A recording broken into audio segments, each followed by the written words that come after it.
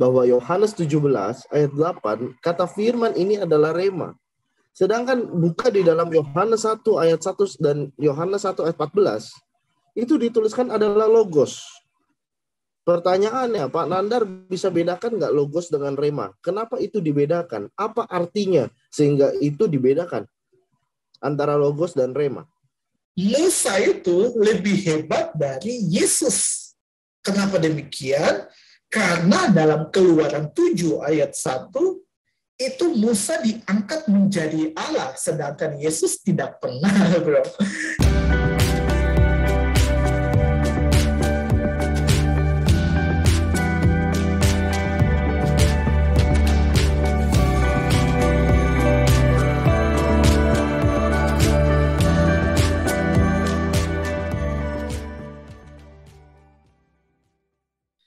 Shalom saudara, berjumpa kembali dalam Bincang Teologia. Bincang Teologia kali ini kami akan membahas sebuah video dari Yonatan Nandar. Nah, Bapak Ibu Saudara, di dalam video tersebut Nandar sedang berdiskusi dengan seorang Kristen. Nah, ada beberapa pernyataan dari Nandar yang akan saya tanyakan kepada Gideon hari ini. Untuk itu Bapak Ibu Saudara, langsung saja kita berdiskusi dengan Gideon pada hari ini. Halo bro, ya hari ini kita kembali membahas video dari Nandar bro. Ya, saya akan bertanya bro, yang pertama pernyataan Nandar menyatakan begini bro. Di dalam diskusi di video tersebut mereka sedang berdiskusi tentang Yesus ini Tuhan atau bukan bro. Kemudian Nandar menyatakan begini, bro. Nandar menyatakan kalau menyembah Yesus, jaminannya neraka. Dan dia mengutip di dalam Matius 7 ayat 22. Dia menyatakan bahwa di sini Yesus menyatakan bahwa setiap orang yang memanggil dia Tuhan akan masuk neraka. Gimana, bro, menanggapi pernyataan tersebut, bro? Silakan, bro. Ya, terima kasih bro. Ya, jadi yang pertama kita harus melihat, saya juga mengerti Bapak Nandar mendapatkan ini dari mana, bahwa ada tulisan di Matius 7 ayat 22 mengatakan pada hari terakhir banyak orang akan berseru kepadaku. Kata orang ini dimaksudkan adalah orang yang menyembah Yesus. Itu adalah orang-orang yang masuk ke dalam neraka. Nah, tapi kita mau teliti lebih dalam lagi ya, Matius 7 ayat 22. Siapakah kata orang ini? Pada hari terakhir banyak orang akan berseru kepadaku. Nah, kata orang ini siapa? Lihat di dalam ayat 15. Waspadalah terhadap nabi-nabi palsu yang datang kepadamu dengan menyemar seperti domba, tetapi sesungguhnya mereka adalah serigala yang buas. Nah, kita harus memahami dulu. Berarti kata orang di sini itu adalah nabi-nabi palsu. Ya. Selanjutnya, di sini kan menyembah Tuhan di ayat 22 kan. Menurut Pak Nandar, Yesus bukan Tuhan sehingga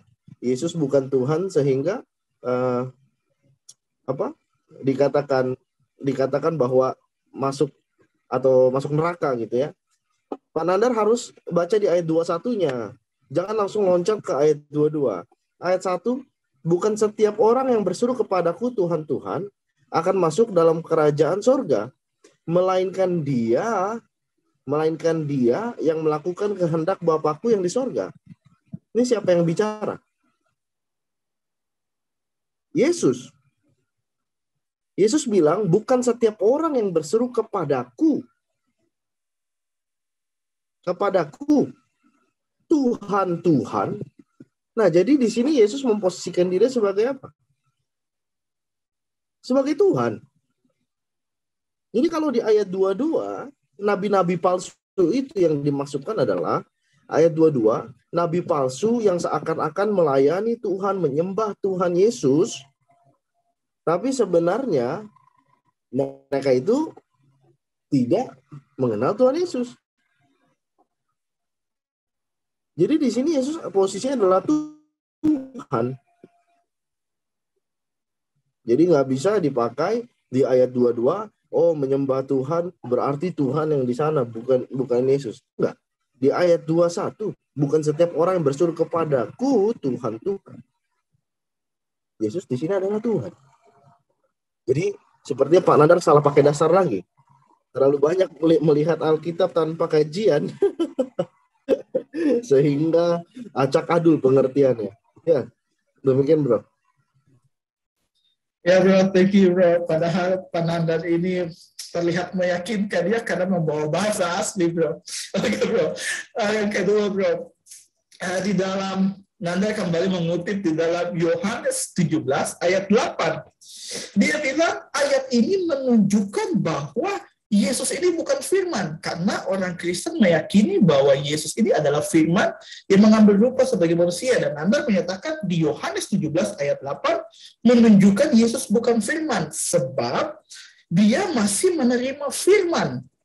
Seharusnya tidak demikian, kata Nanda, karena berdasarkan apa yang Yesus katakan saja itu merupakan firman. Kenapa dia harus terima dari Bapa lagi kalau dia adalah firman? Gimana bro menanggapi pernyataan Nandar ini bro?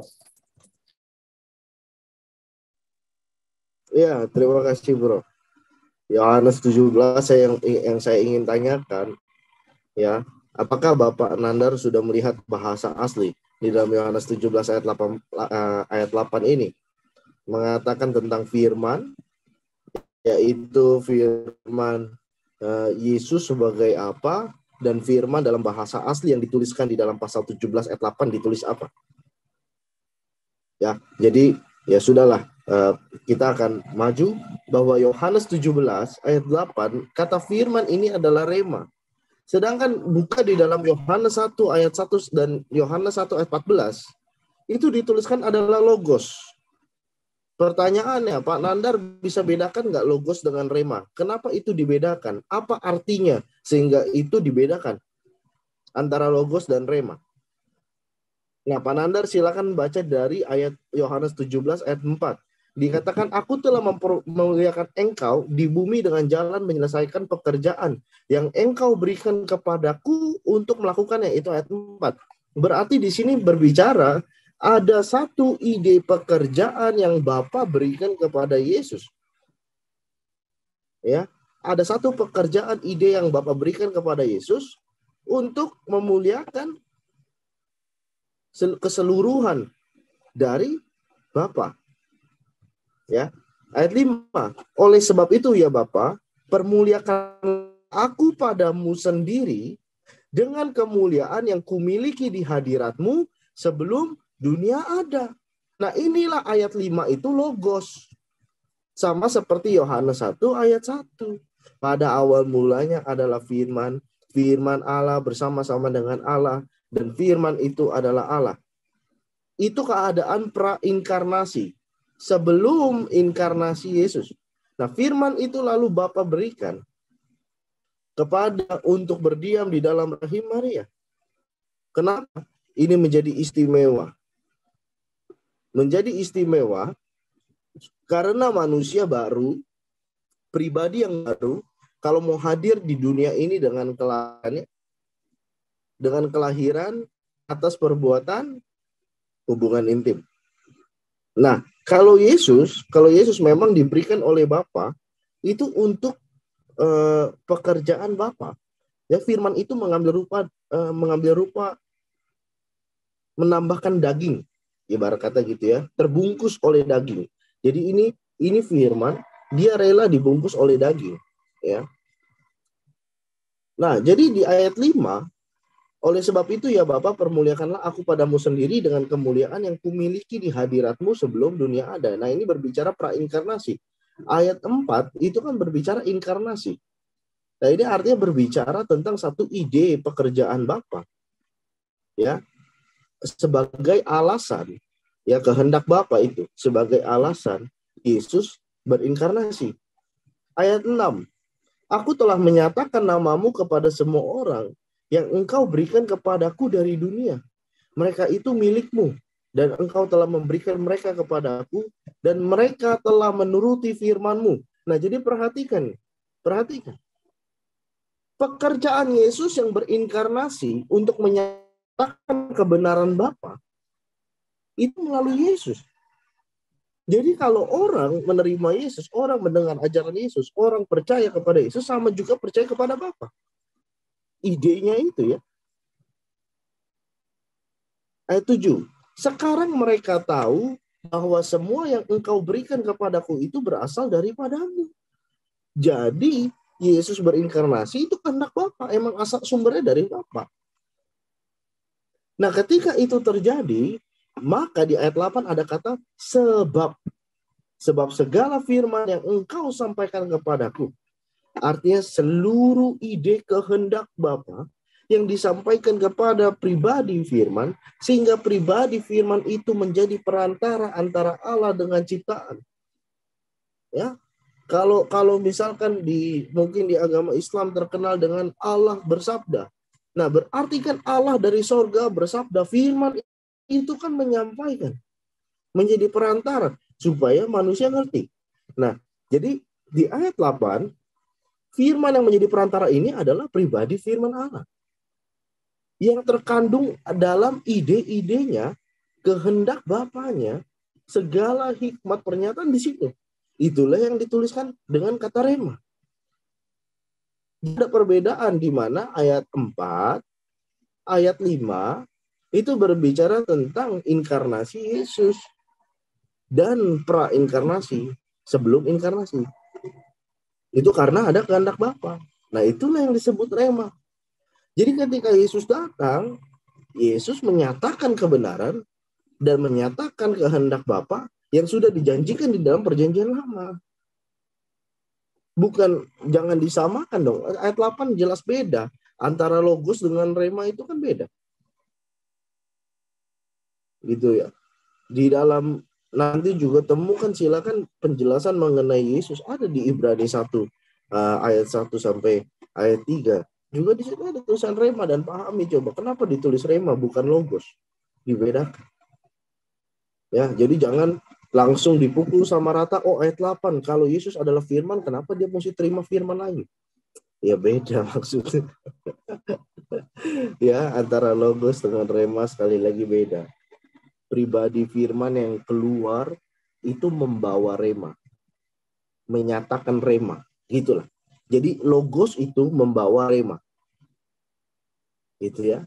Nah, ketika logos berinkarnasi, ya dia sekaligus menyatakan melakukan kehendak Bapa, yaitu rema, gitu. Sehingga yang diterima orang-orang adalah rema dan logos. Maka itu harus diperhatikan. Ya demikian bro. Ya bro, pertanyaan yang terakhir bro. Pertanyaan terakhir, Nanda menyatakan bahwa Musa itu lebih hebat dari Yesus. Kenapa demikian? Karena dalam Keluaran 7 ayat 1, itu Musa diangkat menjadi Allah, sedangkan Yesus tidak pernah, bro. Jadi gimana bro menanggapi pernyataan tersebut bro? Silakan bro.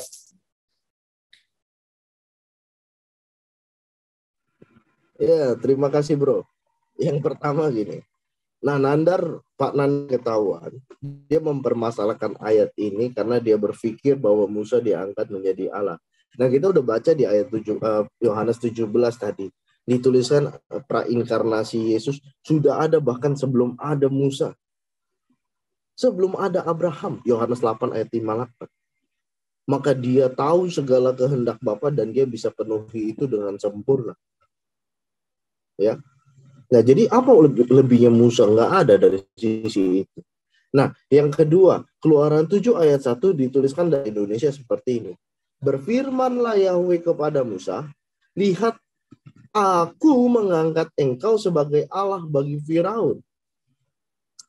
Ya, dan Harun abangmu akan menjadi nabimu. Sekali lagi. Maka itu diperlukan pemberian. Karena yang kita baca bahasa Indonesia adalah terjemahan. Saya nggak bilang bahwa ini salah, tidak. Tetapi justru dari pembelajaran kita akan menemukan nih hal-hal yang seperti ini. Gitu ya. Nah, kalau Pak Nandar melihat di dalam bahasa asli, ya melihat di dalam bahasa asli, berfirmanlah Tuhan kepada Musa. Coba saya akan tuliskan saja biar lebih mudah. Saya akan tuliskan.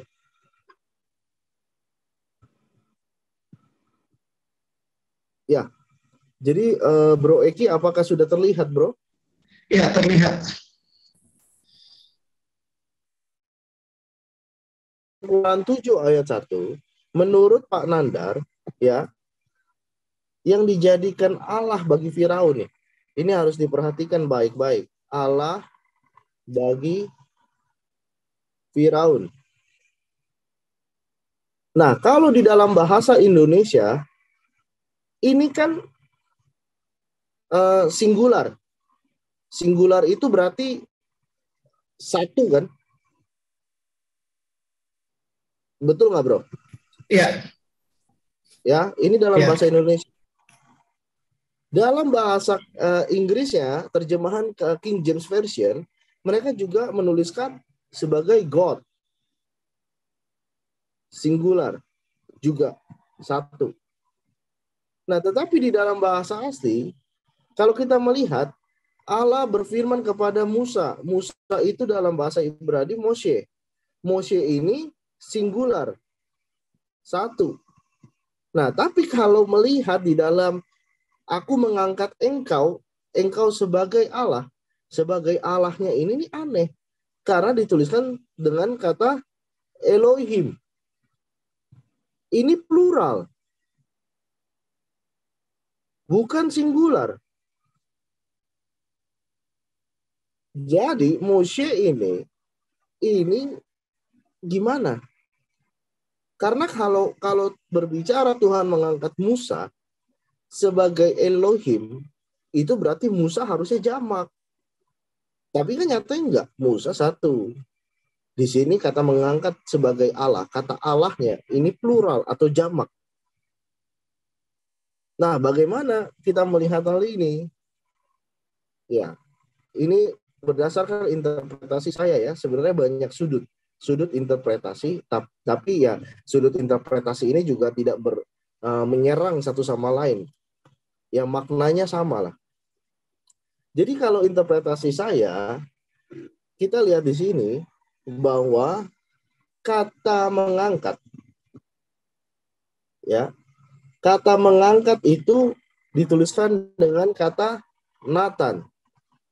Dalam bahasa Ibrani Nathan, yang artinya bisa menaruh, memberi, ya, mengangkat, menetapkan, dan juga bisa mendistribusikan.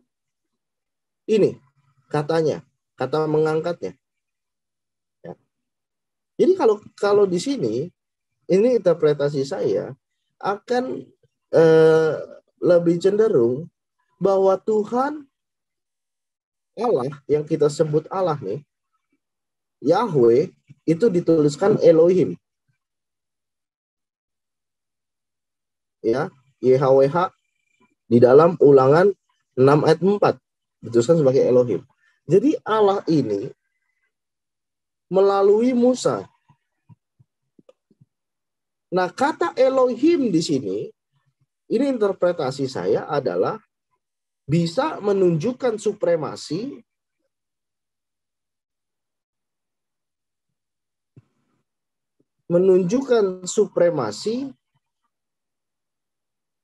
atau sebagai hakim. Nah, jadi artinya di sini apa? Artinya adalah Tuhan memakai Musa, tetapi itu didistribusikan, disumberkan kepada Allah. Jadi tetap Allah yang sebenarnya melakukan itu.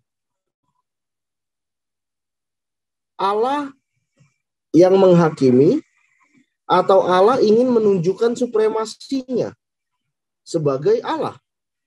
Karena kita tahu di dalam Mesopotamia kuno, Mesir itu tidak menyembah Allah. Mereka menyembah matahari, sungai Nil, ya, binatang-binatang mereka sembah seperti ada figur patung-patung lembu. Jadi sebenarnya Ulangan 7 ayat 1 ini berbicara penerusan dari, bukan Ulangan tetapi Keluaran. Keluaran 7 ayat 1 ini meneruskan dari Keluaran 6. Jadi tetap Allah yang bertindak, hanya saja realitanya melalui Musa. Ya, melalui Musa. Jadi sehingga kata Elohim ini artinya ini nih. Sebenarnya Elohim atau Yahweh yang menghakimi, atau Elohim yang menunjukkan supremasi. Menunjukkan kekuasaannya sebagai natur tertinggi, yaitu Allah. Bersumber pada Musa. Meskipun melalui Musa. Tetapi ini tindakan Allah murni. Nah, ini interpretasi saya. Jadi Musa itu ya berdasarkan, kalau mau dikatakan Musa yang diangkat menjadi Allah, Bapak Nandar sepertinya harus bisa menjawab kenapa kalau Musa yang diangkat menjadi Allah berarti Musa dituliskan sebagai singular dan Allahnya itu dituliskan plural. Sementara nggak mungkin. Gitu ya. Ya, karena memang kalau misalkan di dalam bahasa Ibrani itu kata kerja atau itu tuh memang harus terikat dengan subjeknya. Kalau subjeknya plural, ya kata kerjanya dalam bentuk plural. Subjeknya singular dalam kata bentuk singular. Jadi kata di sini as God sebagai Allah itu nggak selalu diterjemahkan Allah, tetapi bisa diterjemahkan sebagai judges, hakim, bisa diterjemahkan sebagai pihak yang menunjukkan supremasi kealahan, gitu ya. Dan pada faktanya nanti ceritanya juga kita akan melihat bahwa segala pekerjaan Tuhan benar dilakukan melalui Musa. Dipaham ya sampai sini? Ya, demikian dari saya, bro. Terima kasih. Ya, thank you bro sudah menjawab setiap pertanyaan pada video hari ini. Dan sebelum kita mengakhiri video ini, ada yang mau bro sampaikan untuk setiap yang menonton video ini? Ya, sepertinya ya yang saya sampaikan akan selalu sama. Pemuridan adalah hal terpenting.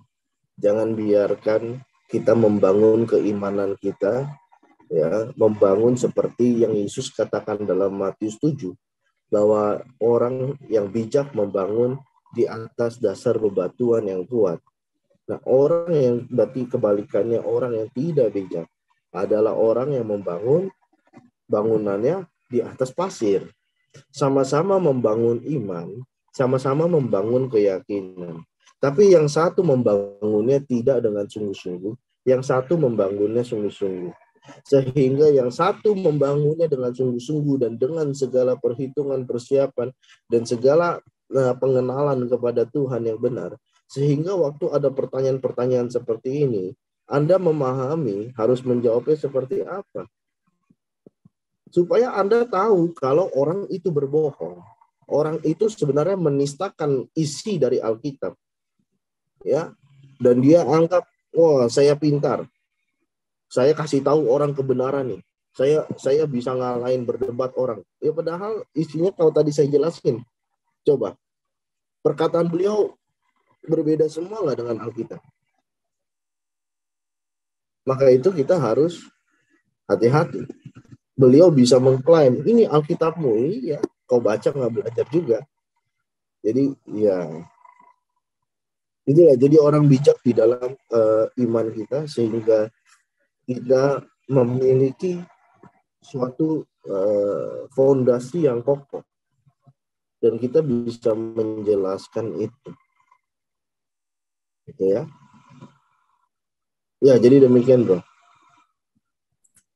Oke, thank you bro. Dan untuk setiap Bapak Ibu Saudara, kalau Bapak Ibu Saudara diberkati dengan video ini, jangan lupa subscribe dan juga jangan lupa share kepada sebanyak mungkin orang yang Bapak Ibu kenal, supaya semakin banyak orang bisa mengenal kebenaran firman Tuhan. Sampai ketemu di video selanjutnya. Tuhan Yesus memberkati.